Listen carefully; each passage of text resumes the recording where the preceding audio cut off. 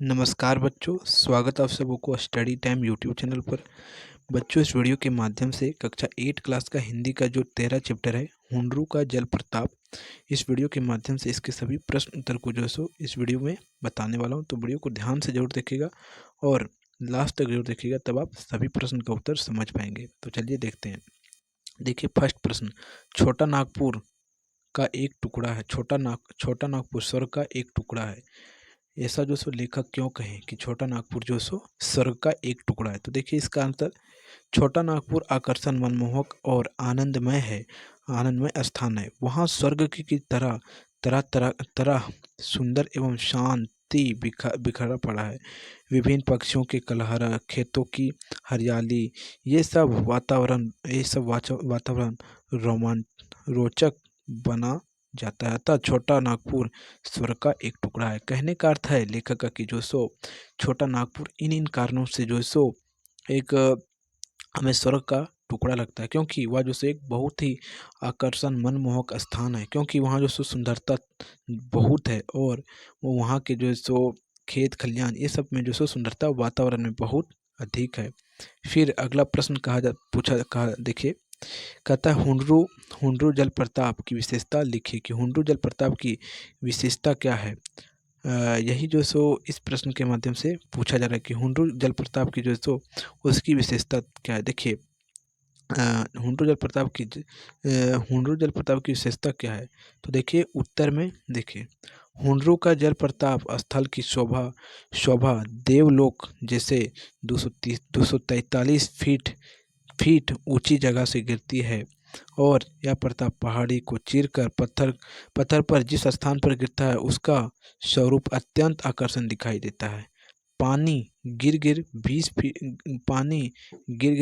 Feet ऊपर उछलता है और जल प्रताप से आगे का दृश्य और भी अधिक मनमोहक है। कहने का अर्थ है कि हुंडू की जल प्रताप की जो सो लेखक बहुत ही जो सो अच्छे शब्दों में जो सो उनका विशेषता बताएं। कहें कि हुंडू का जल प्रताप जो सो एक शोभा स्थल है और वे देवलोक जैसा लगता है देखने में।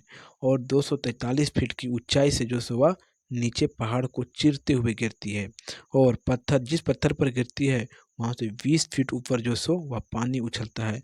और उससे अगर नीचे का दृश्य देखा जाए तो वह दृश्य और जो सो अति मनमोहक दृश्य दिखाई देता है। फिर अगला प्रश्न कहते हैं, पाठ पाठ में एक दृश्य का वर्णन वर्णन वर्णन दो तरह से किया गया है। पहला, हुंडरू का पानी कहीं कहीं सांप की तरह चक्कर काटता है, कहीं हिरन की तरह छलांग छलांग छलांग छलांग भरता है और कहीं बाघ की तरह गरजता हुआ नीचे गिरता है।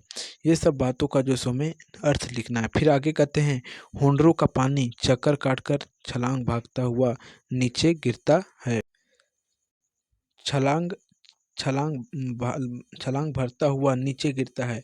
इसमें से कौन सा वर्णन आपको अच्छा लगता है और क्यों अच्छा लगता है। तो इसके प्रश्न का उत्तर आप देखिए। देखिए, दोनों कथन में मुझे प्रथम कथन का तरीका अच्छा लगता है, अच्छा लगा, क्योंकि प्रथम कथन में विशेषताएं दोनों का प्रयोग है। जबकि दूसरे कथन में विशेषण मात्र मात्र का प्रयोग हुआ है। और प्रथम कथन अहंकारपूर्ण है। प्रथम कथन जो सो अहंकारपूर्ण है।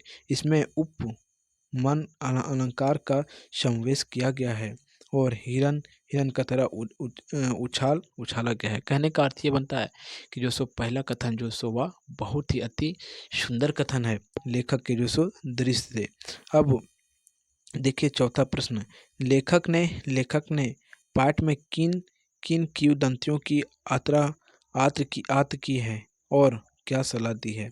देखिए, किंवदंतियों या एक हुंडरू या इस हुंडरू के 7 मील दूरी पर है और कुछ लोगों ने इस प्रताप देखा जो इसे कोई गुण बड़ा है, पर वहाँ वहाँ जाने का रास्ता इतना इतना बढ़िया और घनदार और भयानकार है कि जंगल के उस भाग में पहुंच सकना आदित है। सरकार को चाहिए कि इस बात की सत्यता का पता लगाकर वहाँ के यातायात की सुविधा प्रदान कर दे ताकि वह स्थान वह स्थान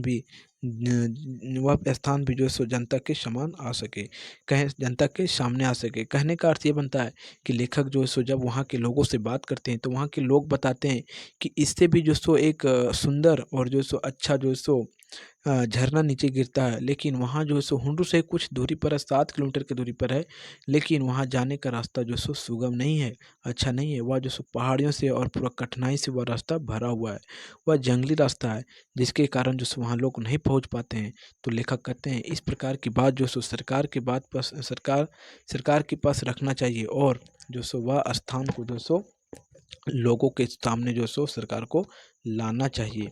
फिर अगला प्रश्न कहते हैं, देखिए अगला प्रश्न को समझते जाइएगा कि एक एक और पांचवा प्रश्न है, एक और पृथ्वी अपने अपने कोष को अपने क्रोध को उगल रहा है, तो वह कोयला बनकर लोग के घरों में सोना ला रहा है। और भाव स्पष्ट कीजिए, इसका भाव क्या है कि जो सो पृथ्वी एक और जो है सो क्रोध बनकर जो सो कोयला उगल रहा है, तो लोग उसे जो सो अपने घरों में सोना की तरह जो सो यूज करते हैं। इसका भाव स्पष्ट करने को कहा जा रहा है। तो देखिए भाव यह है कि धरती अपने क्रोध से कोयला दे रही है, और जिसका उपयोग हम ईंधन के रूप में करते हैं, और जिससे हमारा भोजन बनता है, अर्थात जीवन चलता है।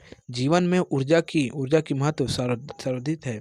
यह ऊर्जा की धरती की कोष क्रोध से निकलती है, और वह अपने निवासियों की इतनी देखभाल करती है। कहने का अर्थ ये बनता है, इनके भाव स्पष्ट इस प्रकार होते हैं कि जो पृथ्वी है वह जो सो अपने क्रोध को जो सो कोयला के रूप में उगलती है, और इस कोयला को जो सो मैं और हम सब जो सो इसे ईंधन के रूप में जो सो प्रयोग करते हैं, और इसे बेचकर जो सो मुनाफा भी कमाते हैं।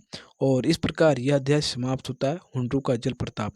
अगर वीडियो आपको अच्छा लगा हो तो वीडियो को लाइक करें, और चैनल पर नए हो तो चैनल को सब्सक्राइब जरूर करें। तो फिर मिलता है आपको एक नई वीडियो में, तब तक के लिए जय हिंद।